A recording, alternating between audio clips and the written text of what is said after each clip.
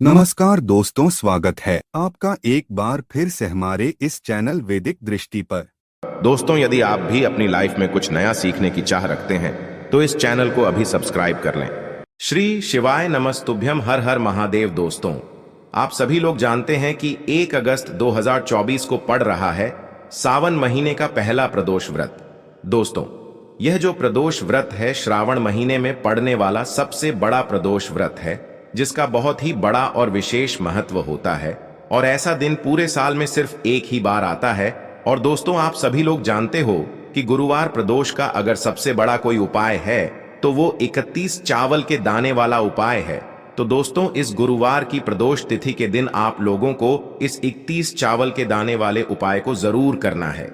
बहुत सारे लोग होंगे जिन लोगों ने इस उपाय को न किया हो, मतलब पूरा साल निकल गया, उन्होंने किसी भी दिन इस 31 चावल के दाने वाले उपाय को न किया हो।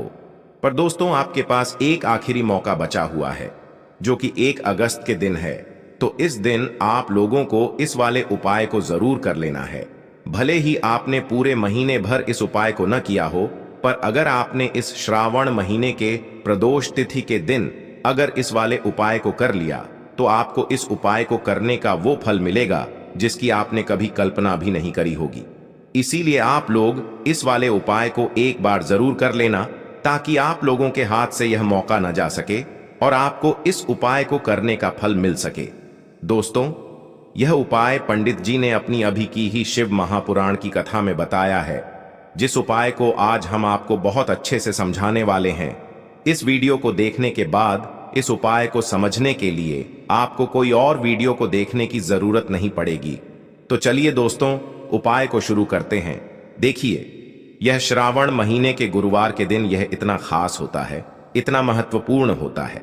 देखा है, कभी कभी बड़े बड़े पूजा पाठ अनुष्ठान से जो मनोकामना पूर्ण नहीं होते, वो श्रावण महीने के दिन एक छोटे से उपाय करने से ही आपकी मनोकामना पूर्ण हो जाती है। और बहुत सारे लोगों ने इस उपाय को किया भी है और उनको इस उपाय को करने का फल भी जरूर मिला है। अगर आप लोग भी इस उपाय को करना चाहते हैं तो आप इस उपाय को पहले अच्छे से समझ लेना, सुन लेना, उसके बाद करना। आपको इस उपाय का फल जरूर मिलेगा। और इस उपाय को कर लेने से आपके घर में चाहे किसी भी प्रकार की दुख और समस्या क्यों ना चल रही हो, आपको उसका कारण भी नहीं पता है कि भाई यह समस्या किस कारण से चल रही है। उसका कुछ भी कारण हो सकता है, जैसे पितृ दोष हो सकता है या किसी भी तरह का मंगल दोष भी हो सकता है।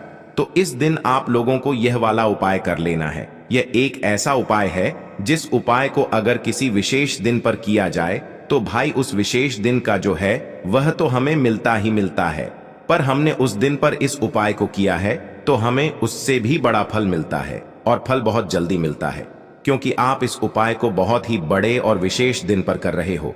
तो चलिए अब उपाय के बारे में बात करते हैं। लेकिन उससे पहले आप लोगों को यह जानना आवश्यक है कि आखिर यह उपाय किस समय करना है, किसको करना है और कैसे करना है। तो चलिए हम आगे आपको वीडियो में एक एक करके बता देते हैं।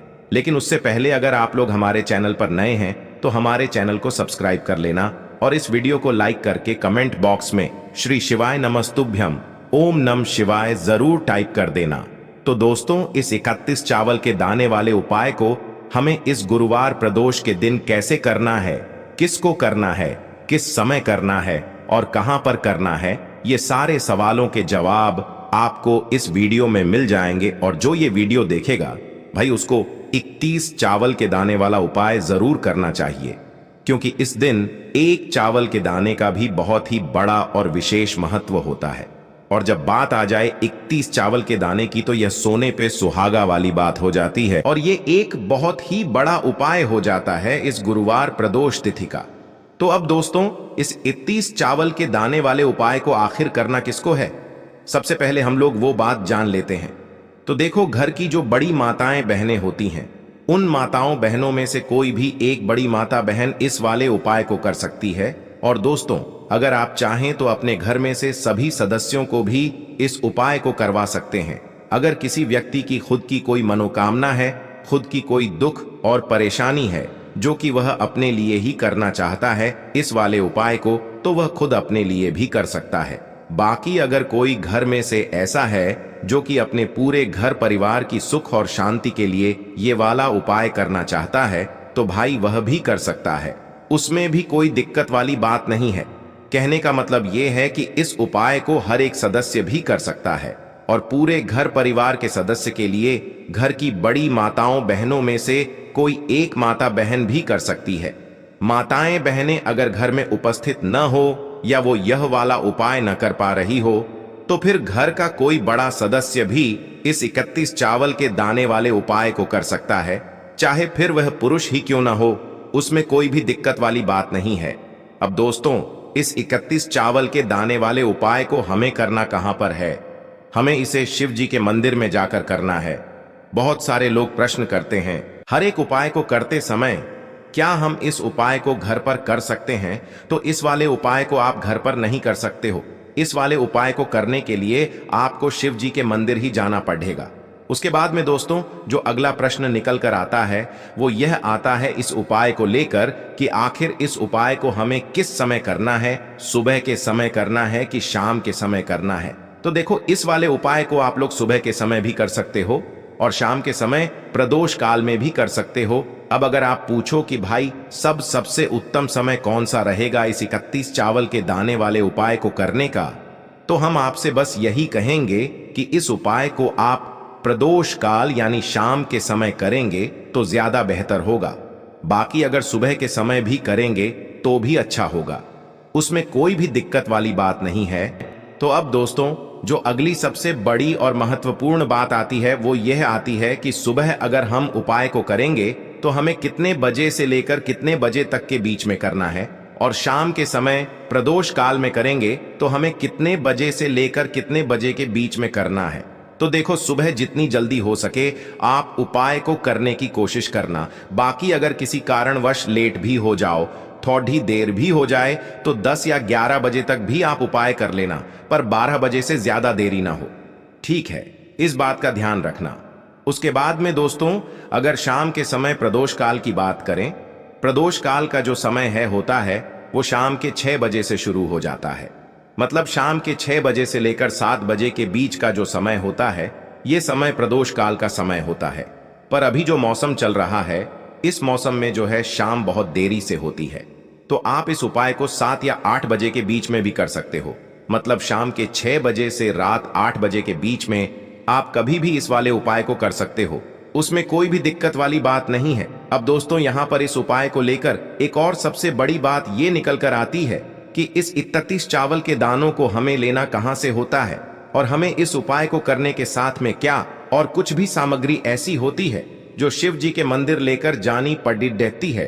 तो देखो, यहाँ पर हम आपको बता दें, सबसे पहले आप लोग यह जान लो कि यह जो 31 चावल के दाने वाला उपाय है, सिर्फ और सिर्फ आप उपाय की सामग्री लेकर कभी भी शिव जी के मंदिर मत जाना, क्योंकि हमें भगवान के सामने ये नहीं दर्शाना है कि अगर हम भगवान शिव जी के मंदिर आए हैं तो अपने फायदे के लिए आए हैं। तो इसलिए जो भी पूजन सामग्री है, उपाय सामग्री है, 31 चावल के दाने, इसके साथ में आपको पूजन सामग्री भी जरूर लेकर जाना है। देखो, अगर सुबह के समय उपाय कर रहे हो तो सीधी सी बात है, 1 लोटा जल तो आप लेकर जाओगे ही जाओगे। वही 1 लोटा जल अगर मिट्टी का जल हो तो बहुत अच्छा रहेगा।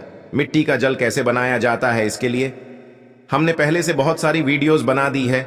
आपके पास इस दिन एक आखिरी मौका रहेगा मिट्टी का जल शिव जी पर चढ़ाने का और उपाय को करने का। बहुत बड़ा आपको इस दिन फल मिलेगा।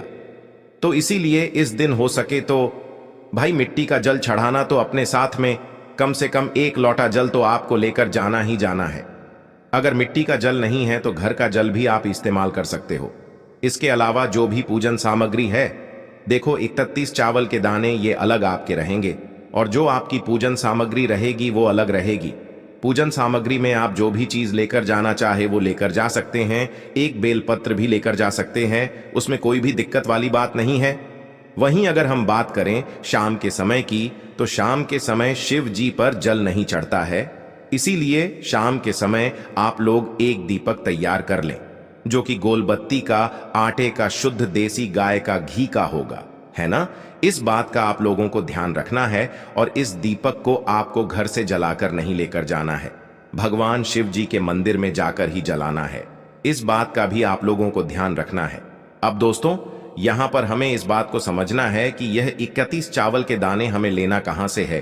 क्या हमें दुकान से लेकर आना है, या हमें अपने घर से लेना है, या कहां से लेकर आना है, और कौन से चावल लेना है, क्योंकि चावल भी बहुत प्रकार के होते हैं।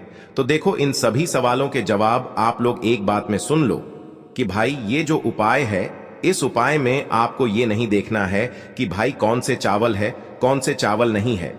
बस जो भी चावल ले रहे हो वो चावल का दाना सबूत होना चाहिए, मतलब साबुत होना चाहिए, टूटा हुआ नहीं होना चाहिए, कटा पिटा नहीं होना चाहिए। ये बात आपको ध्यान रखना है। बाकी आपका चावल बासमती हो या सादा चावल हो या कोई सा भी चावल हो, उसमें कोई भी दिक्कत वाली बात नहीं है। तो सीधी सी बात है कि आपके घर के रसोई घर में जहां पर आप भोजन बनाते हो, वहां पर जो भी चावल आपके उपस्थित हो, उन चावलों में से अपनी एक कटोरी भर लेना, या एक मुट्ठी चावल अलग से निकाल कर रख लेना, क्योंकि हम 31 चावल ही यहां पर इस उपाय में लेने वाले हैं। तो हमें यह चावल के दाने गिनकर निकालने पड़ेंगे। इस बात का आप लोगों को ध्यान रखना है। तो अपने उस चावल की कटोरी में से या चावल में से 31 ऐसे चावल के दाने आप लोग निकाल लो जो कि टूटे हुए ना हो, कटे पिटे ना हो, जिनमें कोई दाग ना लगा हुआ हो, है ना। अच्छे साबुत चावल के दाने 31 दाने आप लोग निकाल कर रख लो, और इन्हें किसी भी एक कागज की पुड़िया में या किसी एक छोटी सी कटोरी में आप लोग रख लो, ताकि यह सुरक्षित रहे, आपके एक भी चावल का दाना इधर उधर ना हो, और आपका उपाय भी पूरा अच्छे से हो जाए।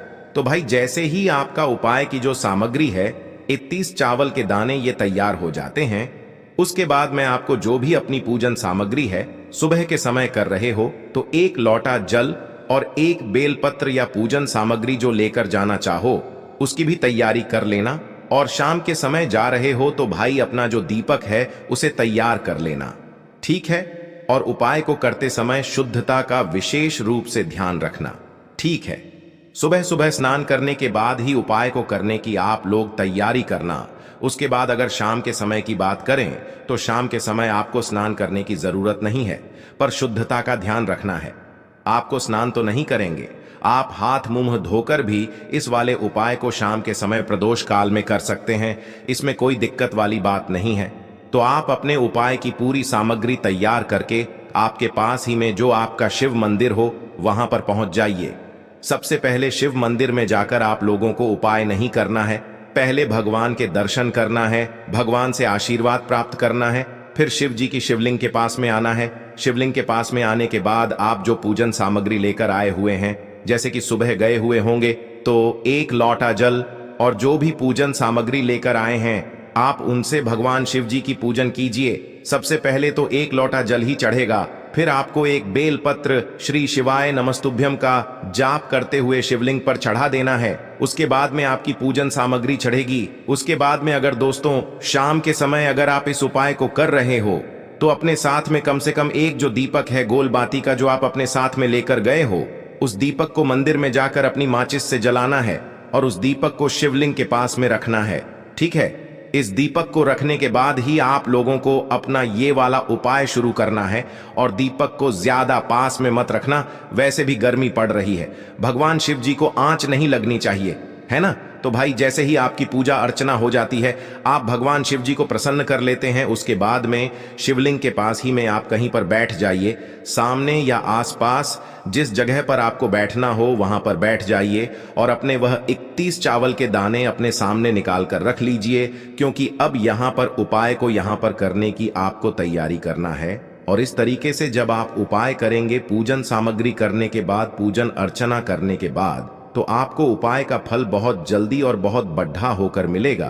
तो अपने 31 चावल के दाने अपने सामने निकाल कर रख लेना, और यह जो उपाय है यह आपकी सीधे हाथ की हथेली से होगा, इसलिए इस बात का भी विशेष रूप से ध्यान रखना है। तो सीधे हाथ की हथेली का प्रयोग करके ही आप लोग अपना इस वाले उपाय को करना। अपने सामने जो भी आपकी कागज की पुड्डिया है उसको खोल कर रख लो, या कटोरी है तो भाई उसे अपने सामने रख लो, और अपने वह 31 चावल के दाने निकाल लो, ठीक है। उसके बाद में दोस्तों अब आपको क्या करना है कि शिवलिंग आपके सामने होगी, तो आपने वह 31 चावल के दाने एक एक करके जहां पर आपने बेलपत्र चढ़ाया है, आपको शिव जी के शिवलिंग के ऊपर चढ़ाना है। कहां पर चढ़ाना है? शिवलिंग के ऊपर चढ़ाना है, और कहीं पर भी नहीं चढ़ाना है। आपको अपने हथेली से तो शिवलिंग के ऊपर चढ़ाना है, भले ही फिर वो अपने आप जलाधारी पर गिर जाए या मतलब वहीं पर गिर जाए, उसमें कोई दिक्कत वाली बात नहीं है, पर आप चढ़ाओ शिवलिंग के ऊपर ही। तो आपको क्या करना है, अपना पहला चावल का दाना उठाना है, श्री शिवाय नमस्तुभ्यम बोलना है और शिवलिंग पर चढ़ा देना है। इसी तरीके से दूसरा चावल का दाना उठा है, शिवलिंग पर चढ़ाना है और मंत्र बोल देना है। और फिर तीसरा चावल का दाना उठाना है, श्री शिवाय नमस्तुभ्यम बोलना है और चढ़ा देना है। इसी प्रकार से आपको पूरे 31 चावल के दाने एक एक करके शिव जी के शिवलिंग के ऊपर चढ़ाना है और भगवान से प्रार्थना करते जाना है।